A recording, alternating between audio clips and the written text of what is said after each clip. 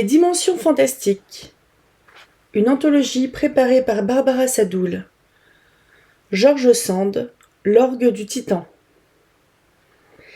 Un soir, l'improvisation musicale du vieux et illustre maître Angelin nous passionnait comme de coutume, lorsqu'une corde de piano vint à se briser avec une vibration insignifiante pour nous, mais qui produisit sur les nerfs surexcités de l'artiste l'effet du coup de foudre. Il recula brusquement sa chaise, frotta ses mains, comme si, chose impossible, la corde les eût cinglées, et laissa échapper ces étranges paroles. « Diable de titan, va !» Sa modestie bien connue ne nous permettait pas de penser qu'il se comparât à un titan. Son émotion nous parut extraordinaire. Il nous dit que ce serait trop long à expliquer. « Cela m'arrive quelquefois, » nous dit-il, quand je joue le motif sur lequel je viens d'improviser. Un bruit imprévu me trouble, et il me semble que mes mains s'allongent. C'est une sensation douloureuse et qui me reporte à un moment tragique, et pourtant heureux de mon existence. Pressé de s'expliquer, il céda et nous raconta ce qui suit.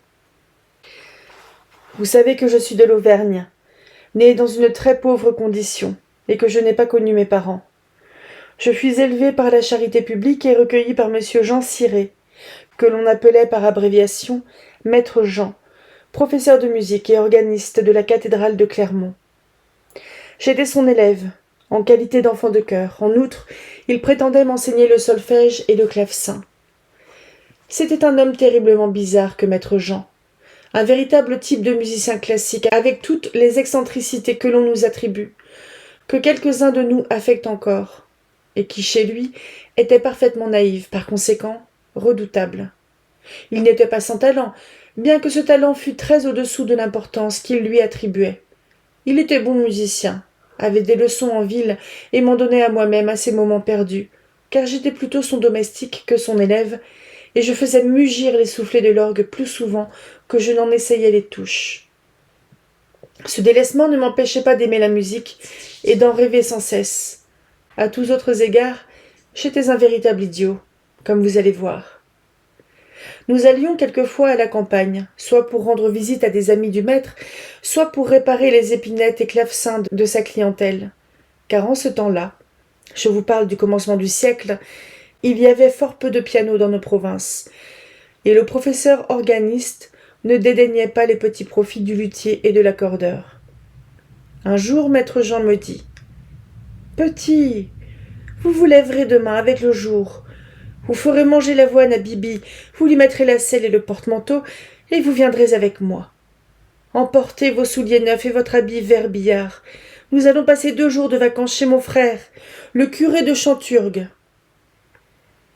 Bibi était un petit cheval maigre, mais vigoureux, qui avait l'habitude de porter maître Jean avec moi en croupe. Le curé de Chanturgue était un bon vivant et un excellent homme que j'avais vu quelquefois chez son frère. Quant à Chanturgue, c'était une paroisse éparpillée dans les montagnes, et dont je n'avais non plus d'idée que si l'on m'eût parlé de quelques tribus perdues dans les déserts du Nouveau Monde. Il fallait être ponctuel avec maître Jean. À 3 heures du matin, j'étais debout. À 4, nous étions sur la route des montagnes. À midi, nous prenions quelques repos et nous déjeunions dans une petite maison d'auberge bien noire et bien froide, située à la limite d'un désert de bruyères et de laves. À 3 heures, nous repartions à travers ce désert. La route était si ennuyeuse que je m'endormis à plusieurs reprises. J'avais étudié très consciencieusement la manière de dormir en croupe sans que le maître s'en aperçût. Bibi ne portait pas seulement l'homme et l'enfant, il avait encore à l'arrière-train, presque sur la queue, un porte-manteau étroit, assez élevé, une sorte de petite caisse en cuir où ballottaient pêle-mêle les outils de maître Jean et ses nippes de rechange. C'est sur ce porte-manteau que je me calais, de manière qu'il ne sentit pas sur son dos l'alourdissement de ma personne et sur son épaule le balancement de ma tête. Il avait beau consulter le profil que nos ombres dessinaient sur les endroits aplanis du chemin, ou sur les talus de rochers, j'avais étudié cela aussi. Et j'avais, une fois pour toutes, adopté une pose en raccourci, dont il ne pouvait saisir nettement l'intention. Quelquefois, pourtant, il soupçonnait quelque chose et m'allongeait sur les jambes un coup de sa cravache à pomme d'argent, en disant « Attention, petit, on ne dort pas dans la montagne !» Comme nous traversions un pays plat et que les précipices étaient encore loin, je crois que ce jour-là, il dormit pour son compte. Je m'éveillai dans un lieu qui me parut sinistre. C'était encore un sol plat, couvert de bruyères et de buissons de sorbiers nains. De sombres collines tapissées de petits sapins s'élevaient sur ma droite et fuyaient derrière moi. À mes pieds, un petit lac, rond comme un verre de lunette, c'est vous dire que c'était un ancien cratère, reflétait un ciel bas et nuageux. L'eau, d'un gris bleuâtre à pâles reflets métalliques, ressemblait à du plomb en fusion. Les berges unies de cet étang circulaire cachaient pourtant l'horizon, dont l'on pouvait conclure que nous étions sur un plan très élevé. Mais je ne m'en rendis point compte, et j'eus une sorte d'étonnement craintif en voyant les nuages ramper si près de nos têtes, que, selon moi, le ciel menaçait de nous écraser. Maître Jean ne fit nulle attention à ma mélancolie. « Laisse brouter Bibi, me dit-il, en mettant pied à terre. Il a besoin de souffler. Je ne suis pas sûr d'avoir suivi le bon chemin. Je vais voir. Il s'éloigna et disparut dans les buissons. Bibi se mit à brouter les fines herbes et les jolis œillets sauvages qui foisonnaient avec 1000 autres fleurs dans ce pâturage inculte. Moi, j'essayais de me réchauffer en battant la semelle. Bien que nous fussions en plein été, l'air était glacé. Il me sembla que les recherches du maître dureraient un siècle. Ce lieu désert devait servir de refuge à des bandes de loups, et malgré sa maigreur, Bibi eût fort bien pu les tenter. J'étais en ce temps-là plus maigre encore que lui. Je ne me sentis pourtant pas rassuré pour moi-même. Je trouvais le pays affreux, et ce que le maître appelait une partie de plaisir s'annonçait pour moi comme une expédition grosse de danger. Était-ce un pressentiment ? Enfin, il reparut, disant que c'était le bon chemin, et nous repartîmes au petit trot de Bibi, qui ne paraissait nullement démoralisé d'entrer dans la montagne. Aujourd'hui, de belles routes sillonnent ces sites sauvages, en partie cultivés déjà. Mais à l'époque où je les vis pour la première fois, les voies étroites, inclinées ou relevées dans tous les sens, allant au plus court n'importe au prix de quels efforts, n'étaient point faciles à suivre.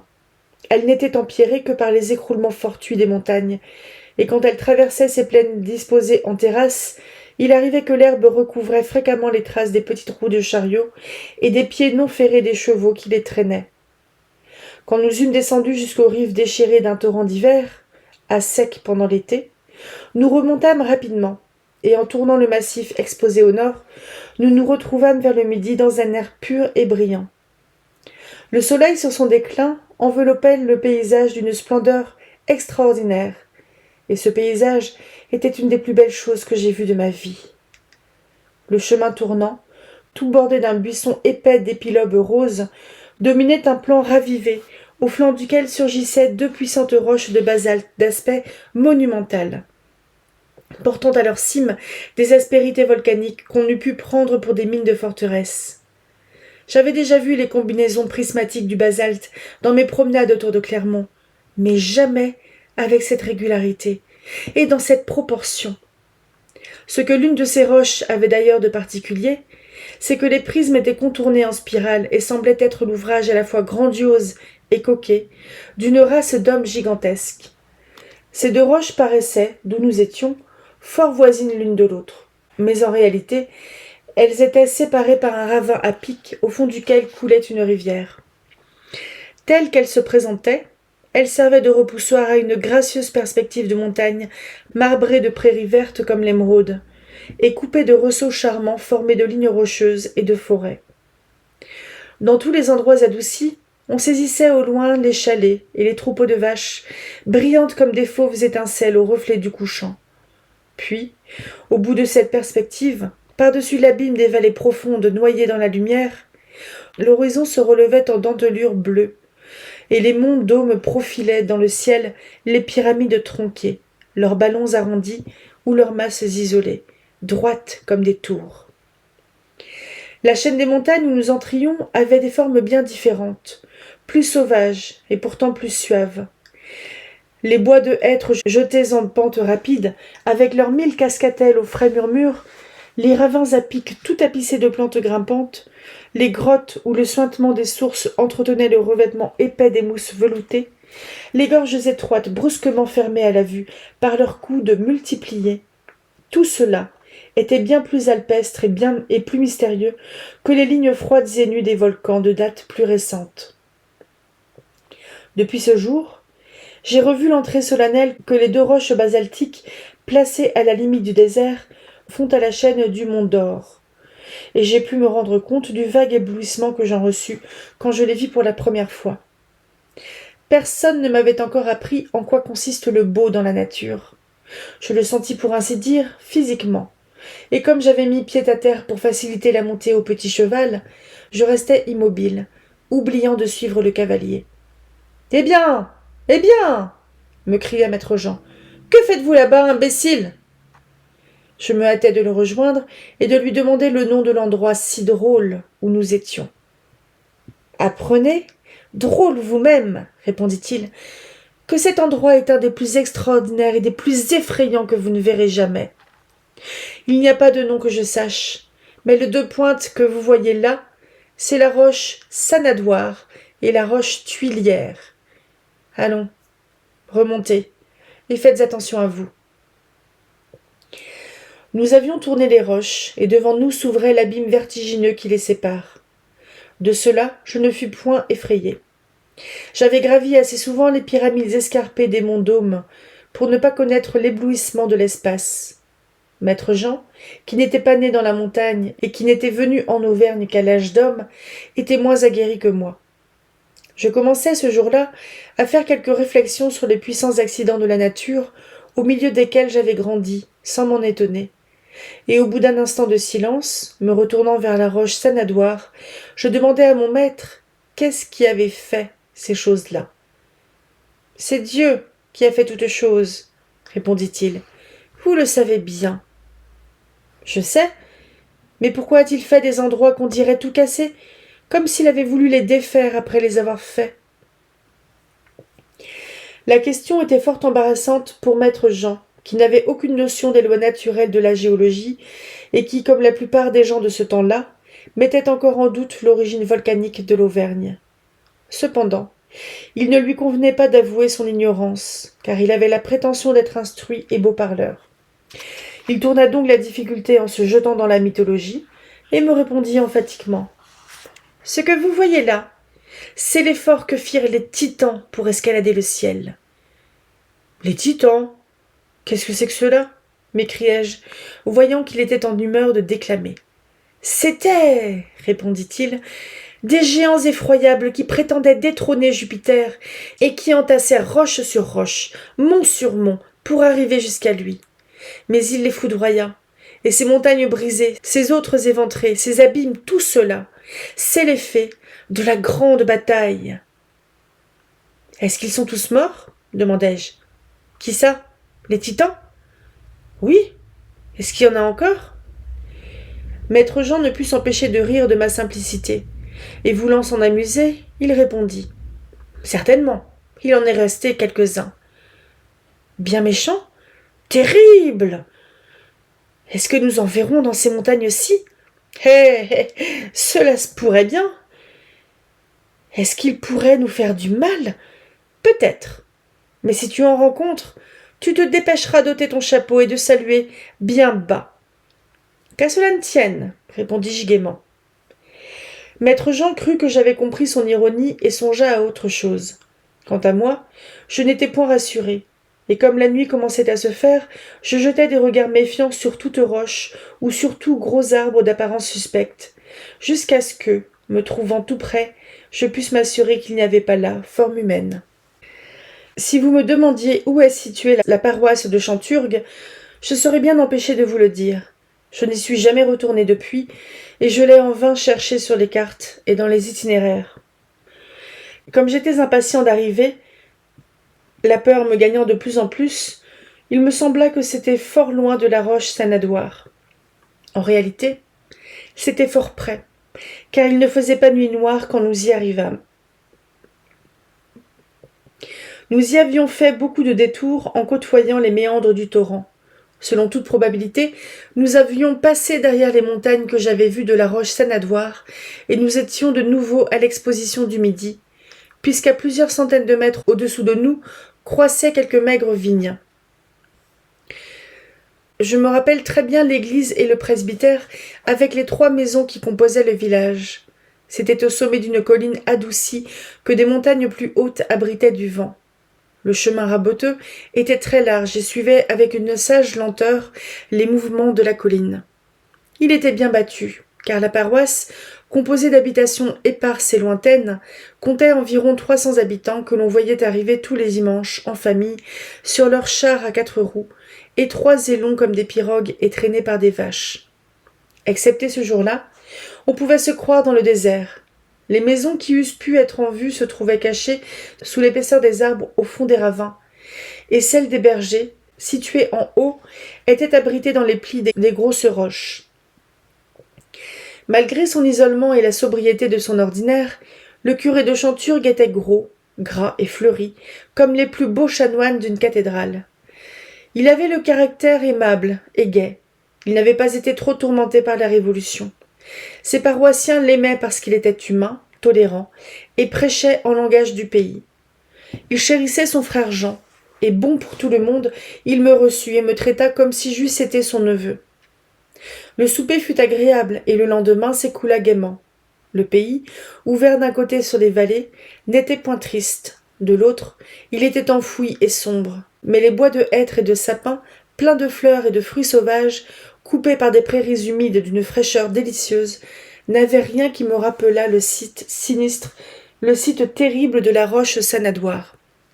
Les fantômes de Titans qui m'avaient gâté le souvenir de ce bel endroit s'effacèrent de mon esprit. On me laissa courir où je voulus, et je fis connaissance avec les bûcherons et les bergers qui me chantèrent beaucoup de chansons.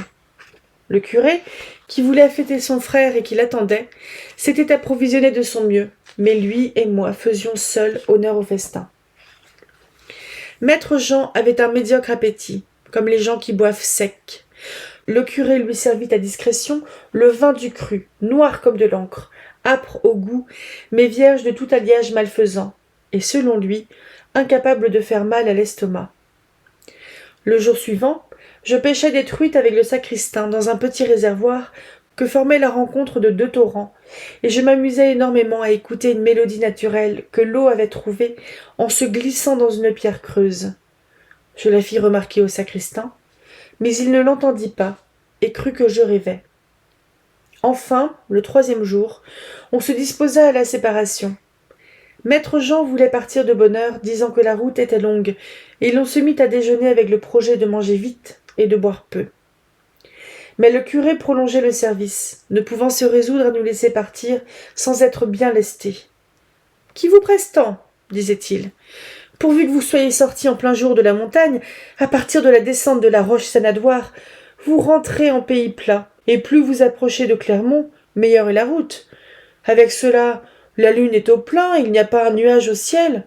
Voyons, voyons, frère Jean, encore un verre de ce vin, de ce bon petit vin de Chanteorgue. »« Pourquoi Chanteorgue ?» dit maître Jean. Ne vois-tu pas que Chanturgue vient de Chanteorgue ?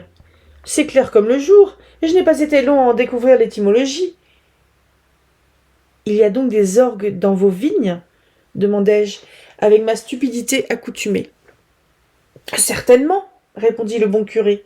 « Il y en a plus d'un quart de lieue de long. »« Avec des tuyaux ?»« Avec des tuyaux tout droits, comme à ton orgue de la cathédrale. »« Et qu'est-ce qui en joue ?»« Oh, les vignerons, avec leurs pioches. »« Qu'est-ce donc qui les a faites, ces orgues ?»« Les titans !» dit maître Jean, en reprenant son ton railleur et doctoral.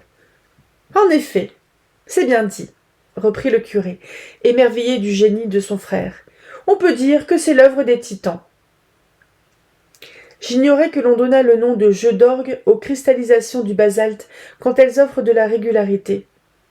Je n'avais jamais ouï parler des célèbres orgues basaltiques d'Espalie en Velay, ni de plusieurs autres très connus aujourd'hui et dont personne ne s'étonne plus.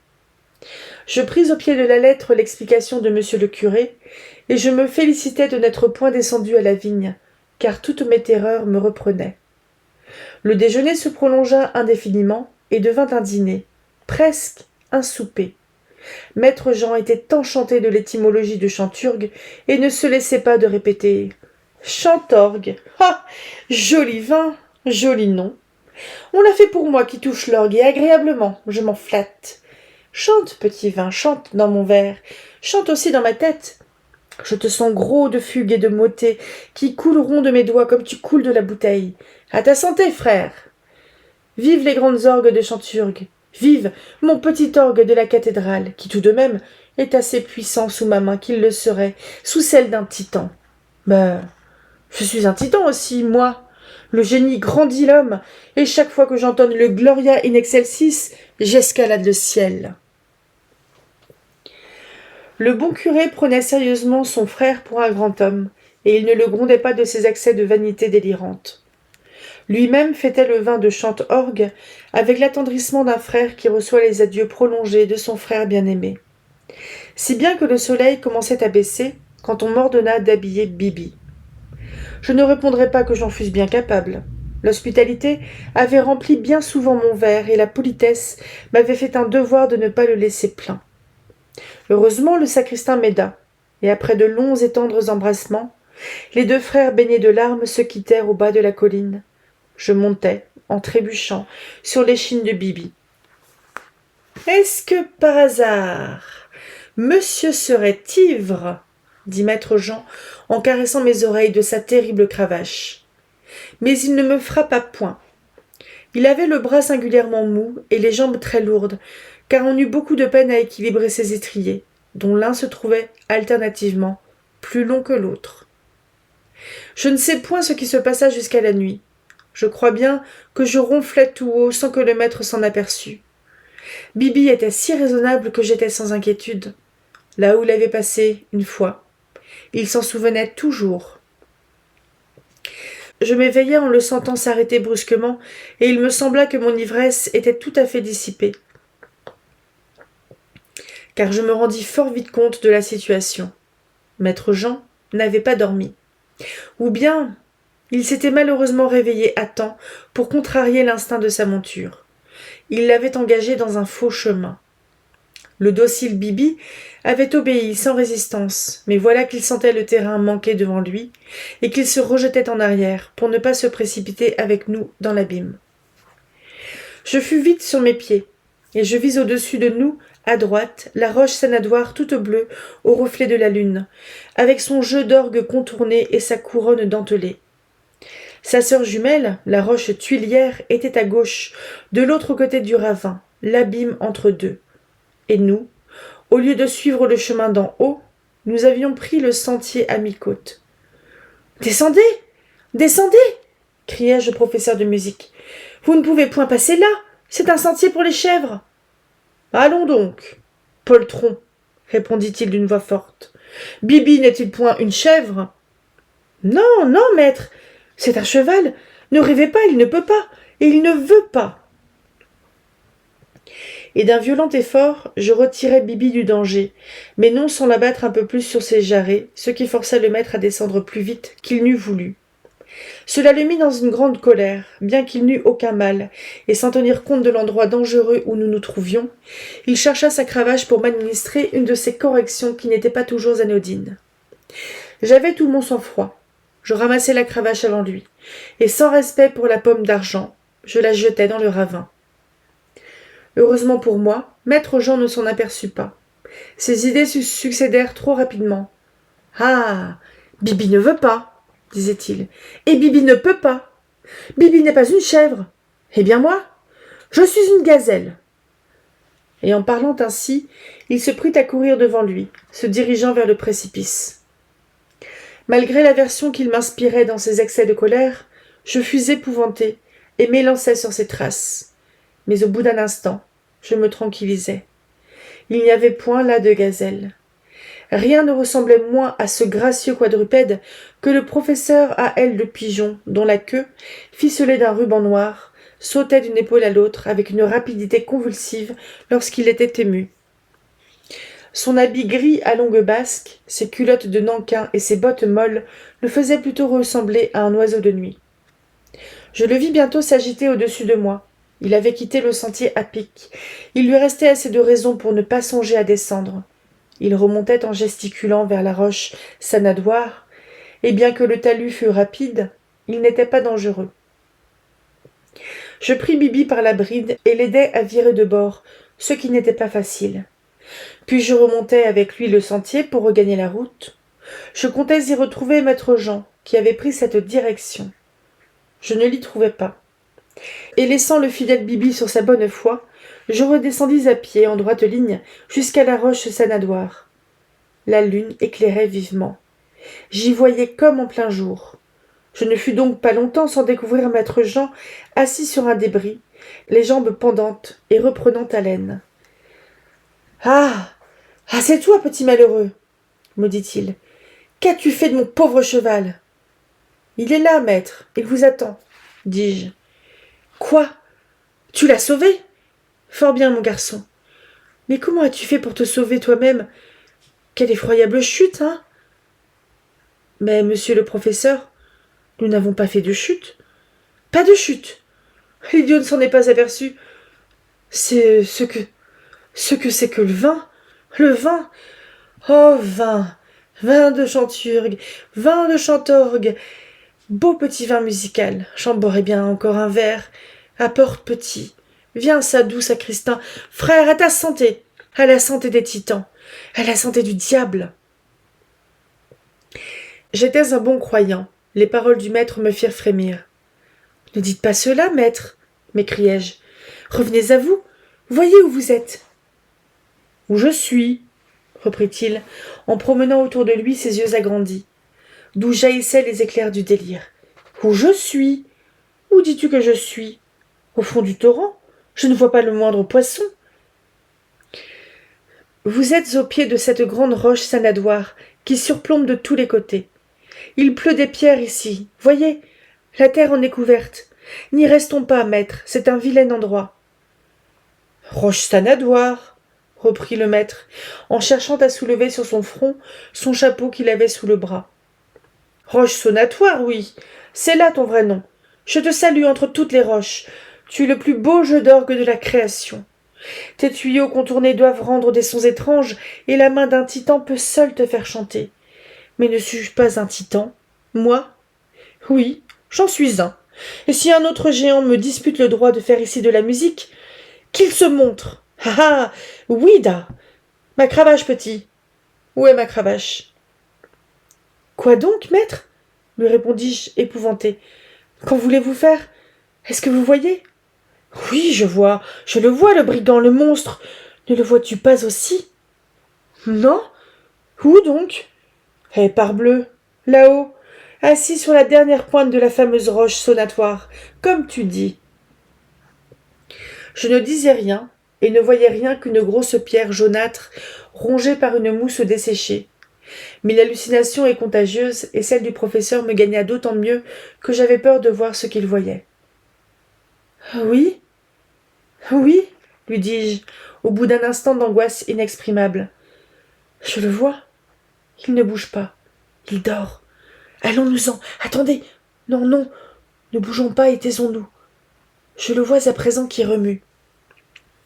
Mais je veux qu'il me voie. Je veux surtout qu'il m'entende, s'écria le professeur en se levant avec enthousiasme. Il a beau être là, perché sur son orgue, je prétends lui enseigner la musique à ce barbare. Oui, attends, brute. Je vais te régaler, la nintroïte de ma façon. À moi, petit. Où es-tu? Vite. Au soufflet. Dépêche. Le soufflet? Quel soufflet? Je ne vois pas. Tu ne vois rien? Là, te dis-je.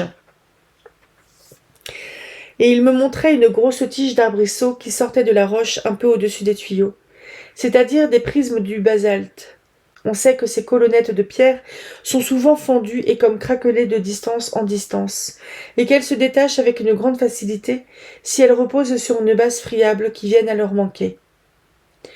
Les flancs de la roche Sanadoire étaient revêtus de gazon et de plantes qu'il n'était pas prudent d'ébranler, mais ce danger réel ne me préoccupait nullement.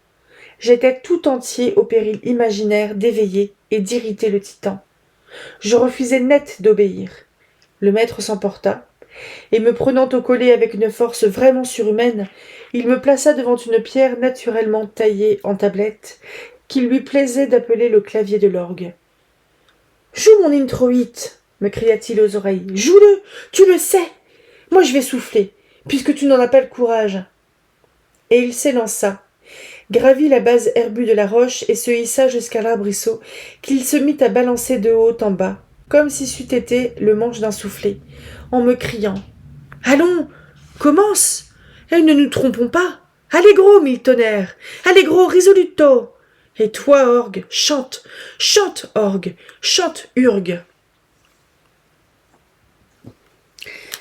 Jusque-là, pensant par moments qu'il avait le vin gai et se moquait de moi, j'avais eu quelque espoir de l'emmener.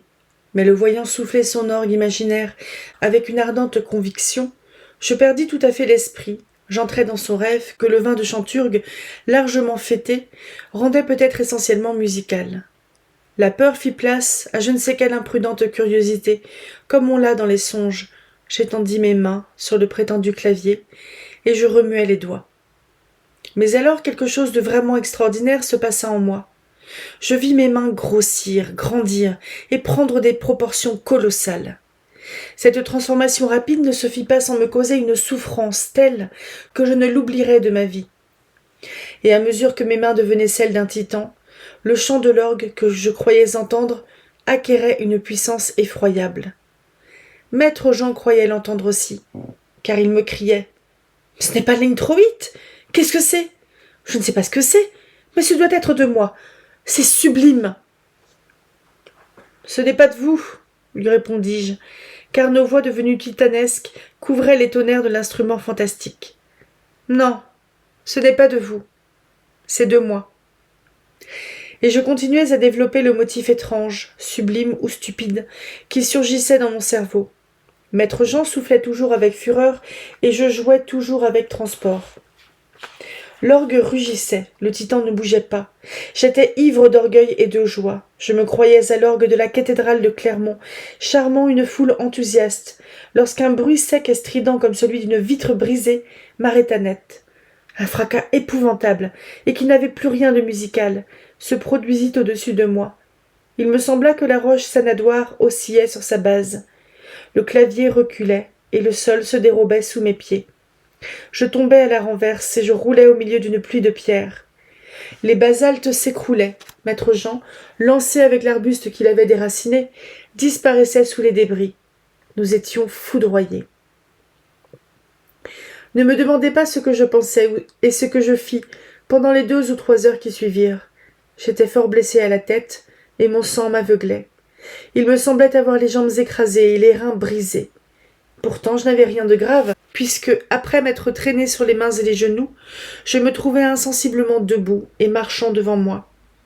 Je n'avais qu'une idée dont j'avais gardé souvenir, chercher maître Jean, mais je ne pouvais l'appeler, et s'il m'eût répondu, je n'eusse pu l'entendre. J'étais sourd et muet dans ce moment-là. Ce fut lui qui me retrouva et m'emmena. Je ne recouvrai mes esprits qu'auprès de ce petit lac Servière où nous nous étions arrêtés 3 jours auparavant. J'étais étendu sur le sable du rivage. Maître Jean lavait mes blessures et les siennes, car il était fort maltraité aussi. Bibi broutait aussi, philosophiquement que de coutume, sans s'éloigner de nous. Le froid avait dissipé les dernières influences du fatal vin de Chanturgue. « Eh bien, mon pauvre petit, » me dit le professeur, en étanchant mon front avec son mouchoir trempé dans l'eau glacée du lac. « Commences-tu à te ravoir? Peux-tu parler à présent? » « Je me sens bien, » répondis-je. « Et vous, maître, vous n'étiez donc pas mort? »« Apparemment. J'ai du mal aussi. Mais ce ne sera rien. Nous l'avons échappé belle. » Et essayant de rassembler mes souvenirs confus, je me mis à chanter. « Que diable chantes-tu là ?» dit maître Jean surpris. « Tu as une singulière manière d'être malade, toi. Tout à l'heure, tu ne pouvais ni parler ni entendre, et à présent, monsieur siffle comme un merle. Qu'est-ce que c'est que cette musique-là ?»« Je ne sais pas, maître. Si fait. C'est une chose que tu sais, puisque tu la chantais quand la roche s'est ruée sur nous. » Je chantais dans ce moment-là? Mais non, je jouais l'orgue, le grand orgue du titan. Allons bon. Te voilà fou à présent? As-tu pu prendre au sérieux la plaisanterie que j'étais faite? La mémoire me revenait, très nette. C'est vous qui ne vous souvenez pas, lui dis-je. Vous ne plaisantiez pas du tout. Vous souffliez l'orgue comme un beau diable. Maître Jean avait été si réellement ivre qu'il ne se rappelait et ne se rappela jamais rien de l'aventure. Il n'avait été dégrisé que par l'écroulement d'un pan de la roche Sanadoire, le danger que nous avions couru et les blessures que nous avions reçues. Il n'avait conscience que du motif, inconnu à lui, que j'avais chanté et de la manière étonnante dont ce motif avait été redit 5 fois par les échos merveilleux, mais bien connus, de la roche Sanadoire. Il voulut se persuader que c'était la vibration de ma voix qui avait provoqué l'écroulement. À quoi je lui répondis que c'était la rage obstinée avec laquelle il avait secoué et déraciné l'arbuste qu'il avait pris pour un manche de soufflet. Il soutint que j'avais rêvé, mais il ne put jamais expliquer comment, au lieu de chevaucher tranquillement sur la route, nous étions descendus à mi-côte du ravin pour nous amuser à folâtrer autour de la roche Sanadoire. Quand nous eûmes bandé nos plaies et bu assez d'eau pour bien enterrer le vin de Chanturgue, nous reprîmes notre route. Mais nous étions si las et si affaiblis que nous dûmes nous arrêter à la petite auberge au bout du désert. Le lendemain, nous étions si courbattus qu'il nous fallut garder le lit. Le soir, nous vîmes arriver le bon curé de Chanturgue fort effrayé. On avait trouvé le chapeau de maître Jean et des traces de sang sur les débris fraîchement tombés de la roche Sanadoire. À ma grande satisfaction, le torrent avait emporté la cravache. Le digne homme nous soigna fort bien. Il voulait nous ramener chez lui, mais l'organiste ne pouvait manquer à la grand-messe du dimanche, et nous revînmes à Clermont le jour suivant. Il avait la tête encore affaiblie, ou troublée, quand il se retrouva devant un orgue plus inoffensif que celui de la Sanadoire. La mémoire lui manqua, 2 ou 3 fois, et il dut improviser, ce qu'il faisait de son propre aveu très médiocrement, bien qu'il se piquât de composer des chefs-d'œuvre à tête reposée. À l'élévation, il se sentit pris de faiblesse et me fit signe de m'asseoir à sa place. Je n'avais jamais joué que devant lui, je n'avais aucune idée de ce que je pourrais devenir en musique. Maître Jean n'avait pas terminé une leçon sans décréter que j'étais un âne. Un moment je fus presque aussi ému que je l'avais été devant l'orgue du Titan. Mais l'enfance a ses accès de confiance spontanée. Je pris courage, je jouai le motif qui avait frappé le maître au moment de la catastrophe et qui depuis ce moment-là n'était pas sorti de ma tête. Ce fut un succès qui décida de toute ma vie. Vous allez voir comment. Après la messe, monsieur le grand vicaire, qui était un mélomane très érudit en musique sacrée, fit mander maître Jean dans la salle du chapitre. « Vous avez du talent, lui dit-il, mais il ne faut point manquer de discernement. Je vous ai déjà blâmé d'improviser ou de composer des motifs qui ont du mérite, mais que vous placez hors de saison, tendres ou sautillants, quand ils doivent être sévères, menaçants, et comme irrités quand ils doivent être humbles et suppliants. Ainsi, aujourd'hui, à l'élévation, vous nous avez fait entendre un véritable chant de guerre. C'était fort beau, je dois l'avouer, mais c'était un sabbat, et non un adoremus. » J'étais derrière maître Jean pendant que le grand vicaire lui parlait, et le cœur me battait bien fort. L'organiste s'excusa naturellement en disant qu'il s'était trouvé indisposé et qu'un enfant de chœur, son élève, avait tenu l'orgue et l'élévation. « Est-ce vous, mon petit ami ?» dit le vicaire en voyant ma figure émue. « C'est lui, » répondit maître Jean. « C'est ce petit âne. »« Ce petit âne a fort bien joué, » reprit le grand vicaire en riant. « Mais pourriez-vous me dire, mon enfant, quel est ce motif qui m'a frappé ? J'ai bien vu que c'était quelque chose de remarquable, mais je ne saurais dire où cela existe. »« Cela n'existe que dans ma tête, » répondis-je avec assurance. « Cela m'est venu dans la montagne. »« T'en est-il venu d'autres ? » ?»« Non, c'est la première fois que quelque chose m'est venu. Pourtant... »« Ne faites pas attention, » reprit l'organiste. « Il ne sait ce qu'il dit. C'est une réminiscence. »« C'est possible, mais de qui ? » ?»« De moi, probablement. On jette tant d'idées au hasard quand on compose. Le premier venu ramasse les bribes. »« Vous auriez dû ne pas laisser perdre cette bribe-là, » reprit le grand vicaire avec malice. « Elle vaut une grosse pièce. » Il se retourna vers moi en ajoutant : « Viens chez moi demain, après ma messe basse. Je veux t'examiner. » Je fus exact. Il avait eu le temps de faire ses recherches. Nulle part il n'avait trouvé mon motif. Il avait chez lui un beau piano et me fit improviser. D'abord, je fus troublé, et il ne me vint que du gâchis. Puis peu à peu, mes idées s'éclaircirent et le prélat fut si content de moi qu'il manda maître Jean et me recommanda à lui comme son protégé, tout spécial. C'était lui dire que mes leçons lui seraient bien payées. Le professeur me retira donc de la cuisine et de l'écurie, me traita avec plus de douceur et en peu d'années m'enseigna tout ce qu'il savait. Mon protecteur vit bien alors que je pouvais aller plus loin et que le petit âne était plus laborieux et mieux doué que son maître. Il m'envoya à Paris, où je fus très jeune encore, en état de donner des leçons et de jouer dans les concerts. Mais ce n'est pas l'histoire de ma vie entière que je vous ai promise.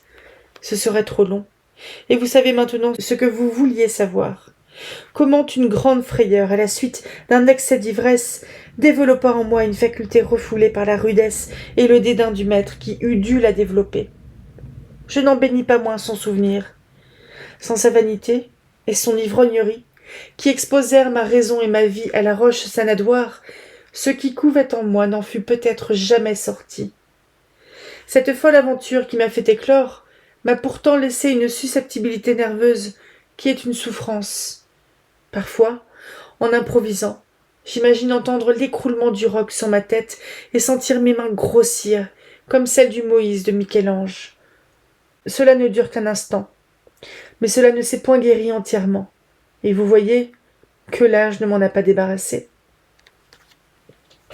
Mais, dit le professeur au maestro quand il eut terminé son récit, à quoi attribuez-vous cette dilatation fictive de vos mains, cette souffrance qui vous saisit à la roche sanadoire avant son trop réel écroulement? Je ne peux l'attribuer, répondit le maestro, qu'à des orties ou à des ronces qui poussaient sur le prétendu clavier. Vous voyez, mes amis, que tout est symbolique dans mon histoire. La révélation de mon avenir fut complète. Des illusions, du bruit et des épines. 1873.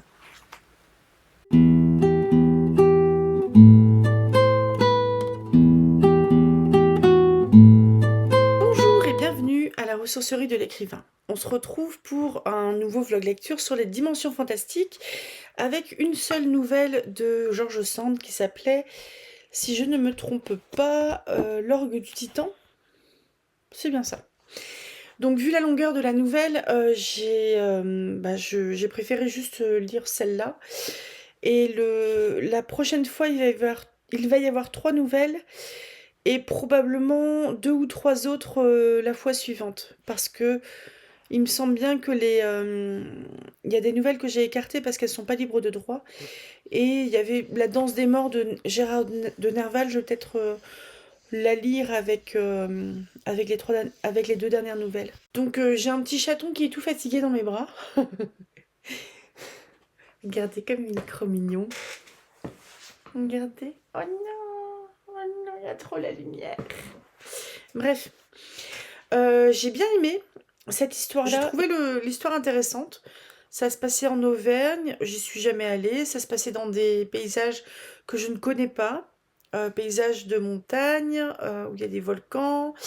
J'aimais bien la description un petit peu du désert avec ce gamin qui est... Enfin, déjà, cette espèce de récit enchâssé, parce qu'on a au tout début le vieux monsieur qui joue de la musique et qu'il y a la corde de piano qui pète, et après qui du coup raconte son histoire et pourquoi de temps en temps il se passe des choses dans son esprit et il y a des cordes de piano qui cassent et puis c'est terrible et tout ça. Et j'ai trouvé le truc vachement intéressant parce que au final, même si on n'a sans doute là aucune explication fantastique, c'est juste un gamin qui était bourré avec un adulte qui était bourré et très beau parleur, très grande goule, qui ont un petit peu halluciné tous les deux. Un gamin impressionnable qui, qui a déjà peur en fait dans ce contexte-là. Et si là, quand il parlait du titan qu'il voyait, je pense clairement que son maître là qui est alcoolisé, peut-être qu'il discerne des ombres ou des trucs comme ça et qu'il l'interprète comme ça. Et du coup, ça mène à un comportement irrationnel qu'adopte aussi l'enfant. Et je trouvais que c'était intéressant. Comment des fois on peut s'amuser à se faire peur enfin, ou même sans vouloir se faire peur, mais comment on arrive à se faire peur dans un contexte où on commence à se dire, l'atmosphère est un peu flippante là, il fait nuit, on est dehors, il y a des légendes bizarres sur l'endroit, le paysage il est... on parlait des orgues et compagnie, enfin le paysage il est quand même particulier, il y a des espèces de, j'imagine des espèces de colonnes en fait basaltiques, je vois à peu près à quoi ça peut ressembler, mais on peut avoir comme ça des paysages qui sont très... qui vont entraîner une atmosphère étrange, nous mettre mal à l'aise, surtout s'il y a des noms qui sont un peu flippants. Je crois que c'est du côté de Douarnenez, dans le Finistère. On a le gouffre de l'enfer, ou c'est peut-être la Pointe du Roi, je me souviens plus. Et on a une caverne au Corrigan.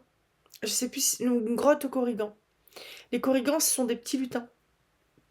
Mais il y a aussi des Corrigans de mer.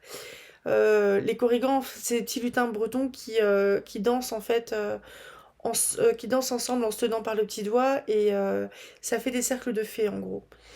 Et bref, le gouffre de l'enfer, c'est vraiment une falaise en fait, tout escarpé, un relief très escarpé, euh, qui est impressionnant, avec le vent qui s'engouffre, qui chante quoi, en s'engouffrant entre les roches. Et c'est impressionnant. Et je pense que c'était des lieux aussi où possiblement des bateaux allaient se fracasser. Parce que... bah, excusez-moi, mais il est vraiment trop crevé. On dirait qu'il est anesthésié, ce chaton. Mon grand chaton, hein. Grand chaton de 1 an et demi. Mais bref, j'ai trouvé que c'était intéressant. J'ai... Au final, on a une explication rationnelle qu'apporte l'homme, qu'apporte le musicien et qu'apporte le médecin. Mais il y a quand même l'ouverture de... On sait pas trop. Probablement, ils se sont un peu monté le bourrichon tous les deux là dans leur montagne, mais on sait pas. C'est de la légende, on sait pas trop. Et ça, c'est un truc que je trouve plus sympa que... c'était lequel que j'avais pas trop aimé, moi. C'était Erkman Chatrian, mais j'ai déjà oublié de quoi ça causait.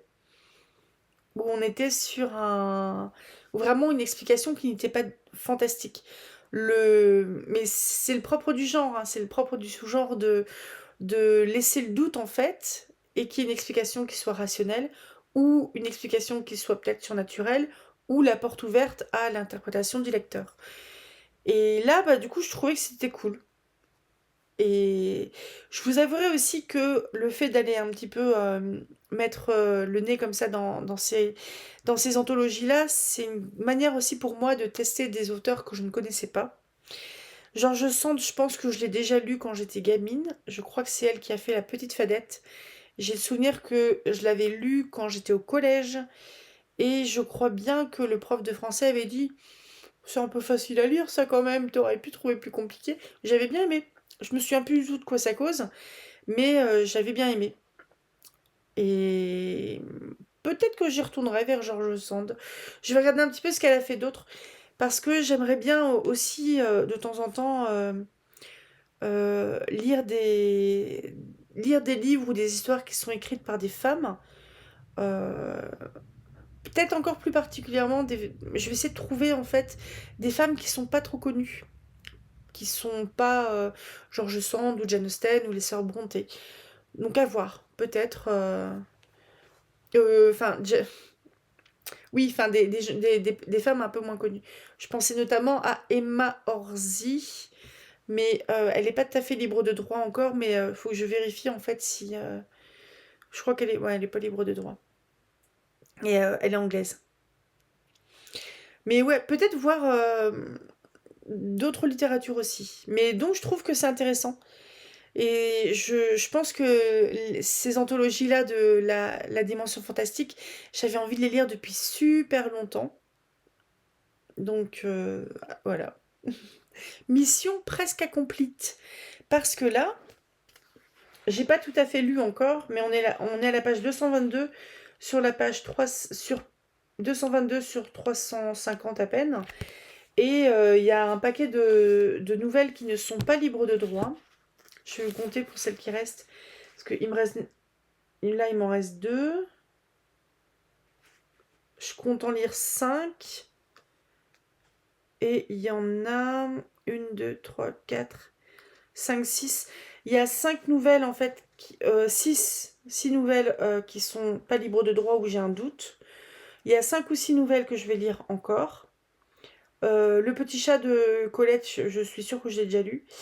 Et sinon les Saki, Lovecraft, Bradbury, Seignol, Matheson, Bouquet, c'est pas libre de droit sûr.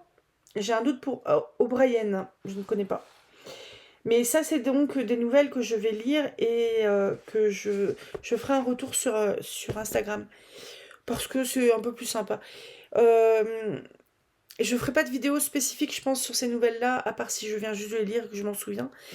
Parce que j'oublie très vite, surtout sur des textes courts.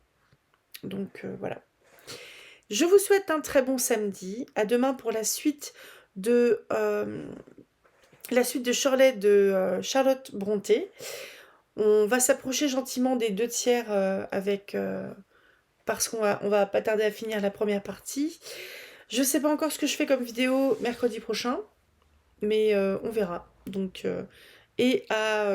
samedi suivant, je lirai 3 nouvelles qui seront